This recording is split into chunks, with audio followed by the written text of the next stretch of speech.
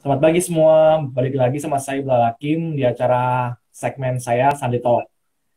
Jadi hari ini saya ngajak teman saya dari SMA yang sekarang lumayan terkenal juga ya Anda ya. Nah, ini dia Indah Purnama. Sekarang lagi menempuh pendidikan S2, mengambil major Communication Scientist in Harvard University. Jadi gimana nih Indah? Kabar baik kan? Masih sehat-sehat aja kan? Masih lancar semuanya? Alhamdulillah sehat. Alhamdulillah sehat. Gimana kabarnya? Kabarnya di sana? Alhamdulillah baik. Terus gimana nih kabar kuliah di masa pandemi kayak gini? Apakah sudah mulai offline atau masih online? Kalau untuk Kalau sekarang untuk sih di sekarang Harvard sih di Oxford University University masih daring ya, masih masih daring ya online. masih online, jadi masih di Rumah rumah masih masih menjalankan menjalankan kuliahnya. kuliahnya. Nah, aku sedikit ngajak kamu flashback ini. Kan dulu kamu termasuk anak korban bullying ya. Ceritain dong kenapa sampai teman-temanmu tuh bisa membuat kamu jadi objek buat bullying mereka. Ya jadi Ya, jadi sedikit curhat. dulu itu Ya, aku salah satu korban bullying ya, kan, kan? karena Karena aku aku gendut, gendut, hitam, ya, hitam, terus ya udah terus ya udah kayak gitu, gitu, sakit gitu kan. Terus jadinya di setiap hari sampai kebal gitu. Ya, ya udah ya udah begitu ya. itu kan omongan Itu kan omongan orang gitu, tahu diri kita kan diri kita sendiri. Jadi udah jadiin aja anggap aja angin lah. Terus jadi ini motivasi buat melangkah ke depan. Ya, good. Nanda, kan korban bullying itu termasuk susah ya membuat lupa. Terus gimana cara kamu buat lupa sama kata-kata kata mereka itu? Sebetulnya sih kalau mulai mereka yang nggak kita lupa, soalnya kan bagian suci dari hidup kita. Jadi bakal kita ini kita cara menanganinya yang lain nggak usah diingat-ingat gitu. Itu ditaruh di memori, tapi nggak usah diingat-ingat. Kalau diingat terus nanti bakal di sana nggak bakal bisa move on dari kemudian. Jadi kayak ngubah bullying mereka jadi motivasi buat langkah lebih maju gitu ya Ndah ya. Betul sekali. Nanda, ada nggak pesan buat para penonton yang siapa tahu juga sedang mengalami kondisi bullying, di mana mereka masih insecure, masih anxiety sama keadaan mereka sendiri. Jadi kayak mereka tuh kalau mau bebas dari bullying itu kayak susah gitu loh, kayak mereka tuh juga nggak tahu harus gimana. Terus langkah-langkah apa dah yang diambil pertama kayak gitu dah. Dulu kamu kayak gimana dah? Yang pertama itu kalian harus cintai diri kalian sendiri, maupun kalian gendut, kurus, apapun itu yang dikatakan kamu harus menerima kalau kayak gitu. Kamu bikin kamu jadi positif. Terus yang kedua buktiin diri kamu bisa berkembang sama mereka. Kayak sekarang saya ngebuktiin kalau kita ada. Jadi mereka semua kita balas dengan prestasi kita gitu.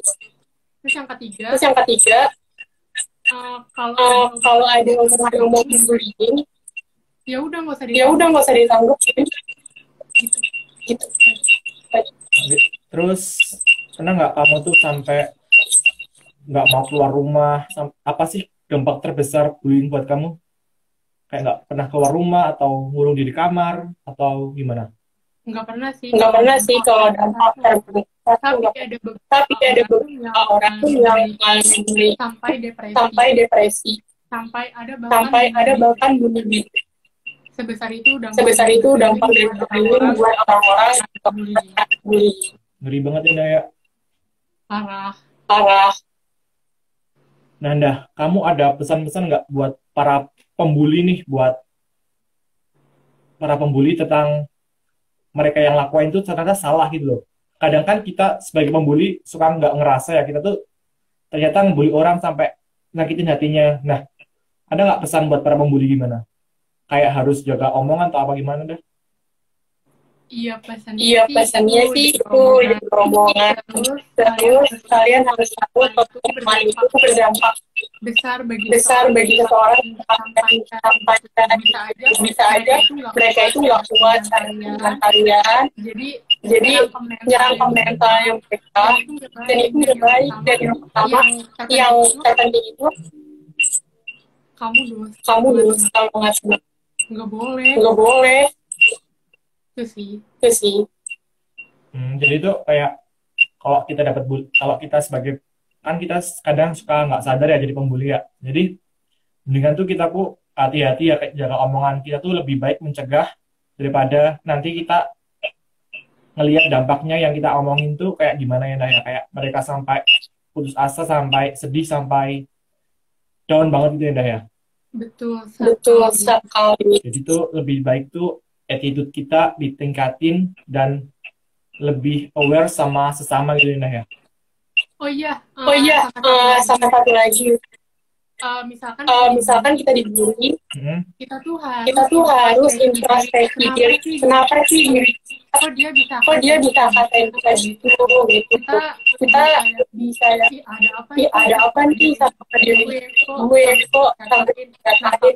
Nah, kalau kamu perbaikin dan bilang sama mereka, kalian kenapa sih nyatain?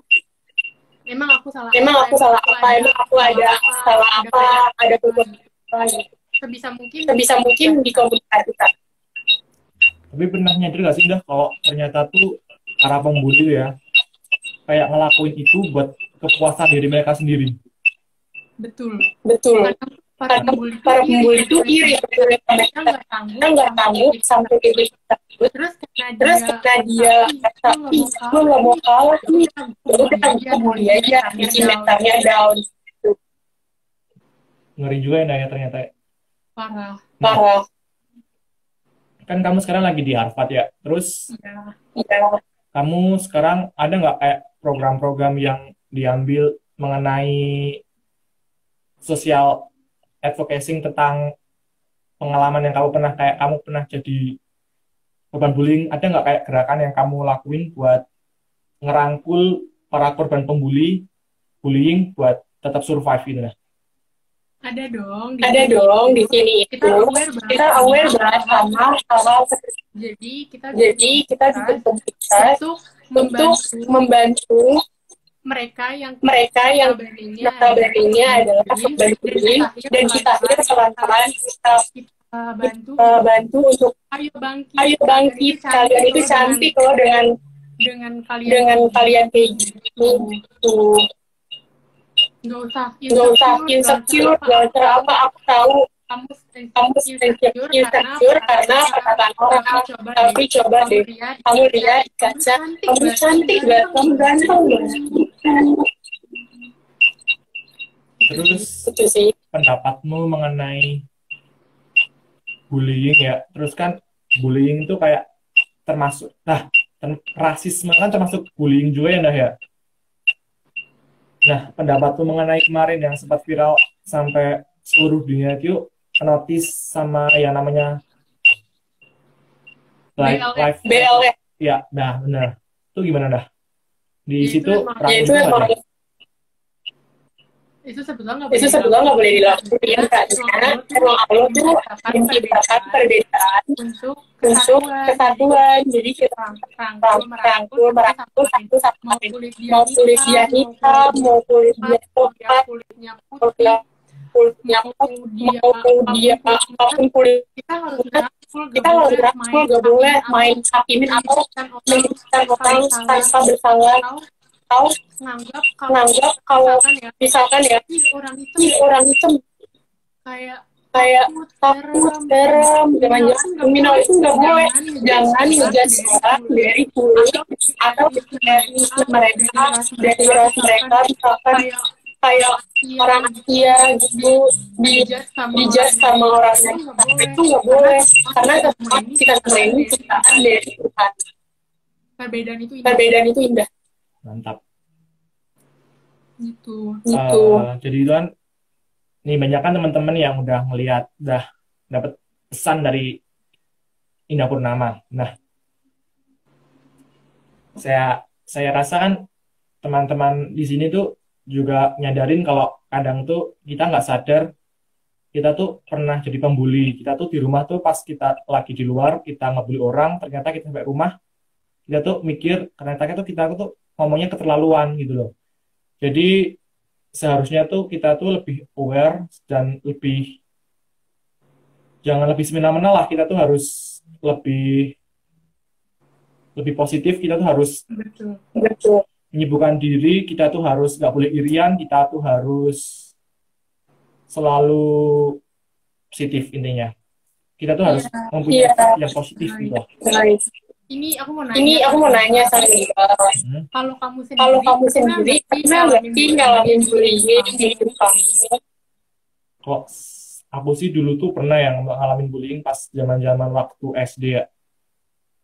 Terus tapi kayak bullying tuh zaman dulu tuh kayak biasa aja gitu loh, kayak orang tua kita ngelihat kita dibully tuh kayak dia nggak kayak cuman main-main doang gitu loh.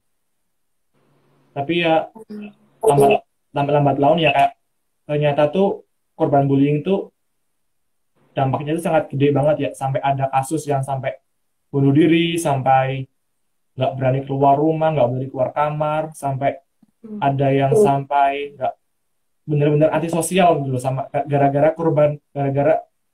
bullying tersebut. Iya betul.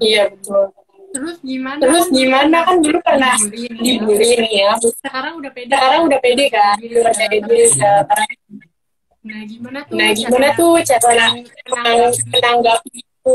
Kan tadi udah dari saya. Nah sekarang dari Mbak gitu. Kalau saya sih menanggapinya ya kayak, iya sih, kita sadar ya kadang tuh yang mereka omongin tuh kadang tuh bener-bener terjadi sama kita, tapi cara penyampaian mereka tuh salah. Jadi janganlah ngomong kayak gitu, kayak ngomong kulit hitam, ngomong pendek, ngomong kurus, ngomong gede, ngomong yang bener-bener ngetain fisik lah. Kan fisik tuh bisa dirubah ya sama jalannya waktu. Kalau kita tunggu aja lah kita sampai kita berubah fisiknya, nanti mereka semua akan tercengang gitu dah. Terus bener dah kita tuh harus bener-bener selalu positive vibes dan easy going lah, kita nggak usah dengerin kata-kata mereka aja. Ya anggap aja itu angin lalu. Ya bener sekali. Kayak bumbu kehidupan pasti ada lah. Kayaknya nggak ada. Kayaknya nggak lah ya. Semua yang pasti pernah ngalamin bullying hidupnya. Gitu. Ada yang ingin ditanyakan dari para penonton? Kayaknya nggak ada ya. Kita akan menjawab. Nggak boleh gitu ada kok. Nah, makasih Indah buat waktunya. Semoga lancar ya Indah kuliahnya. Semakin sukses, semakin maju ya Indah. Terus semoga ilmu yang kamu dapetin di sana nanti bisa kamu bawa ke sini, terus kamu jadiin buat patokan, terus kamu jadiin wadah buat ngembangin tentang kasus awareness about bullying ya Indah ya. Terus mau bilang juga kamu juga harus jadi pelaku dari membangun anti bullying. Jadi kamu harus bagi orang yang terkena dampak dari bullying di negara kamu, negara aku juga sih. Ya. Nah, kita jadi partner. Mantap. Nah, sekian dulu bincang-bincang aku sama temanku about bullying ya. Aku ngasih pesan nih buat para pembuli sama yang korban bully bahwa jaga tutur kata sama jaga attitude kalau mau hidup lebih baik gitu. Makasih buat yang udah nonton dan makasih juga buat Indah buat ngeluangin waktunya live sama saya. Nge-share pengalaman sama pesan-pesan buat semuanya. And bye. See you in next Sunday Talk. Dah. Bye.